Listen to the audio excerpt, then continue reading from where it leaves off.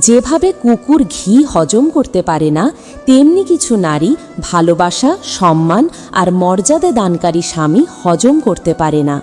দেখবেন যারা নেশা করে, বউকে বেধড়ক পেটায়, তাদের বেশিরভাগই বউ সংসার করতে থাকে। আর যারা বউকে আদর যত্নে রাখে বেশি, তাদের বউ পরকীয়া করে ডিভোর্স চায়। মেয়েদেরকে বলতে চাই, স্বামীর চেয়ে আপন এই দুনিয়ায় তোমার আর কেউ হবে না। শুনুন, একটা কথা মনে রাখবে, মানুষ তখনই তোমাকে সস্তা ভাবতে শুরু করে তখন তুমি তাকে তার যোগ্যতার চেয়ে বেশি গুরুত্ব দেওয়া শুরু করবে।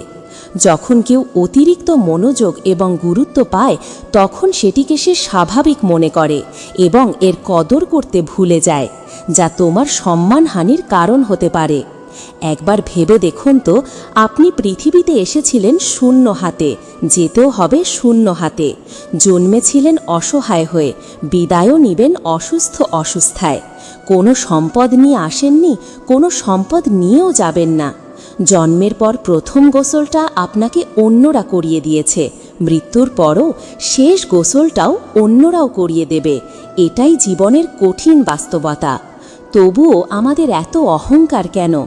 কেন এত হিংসা, বিদ্বেষ? কেন এত লোভ?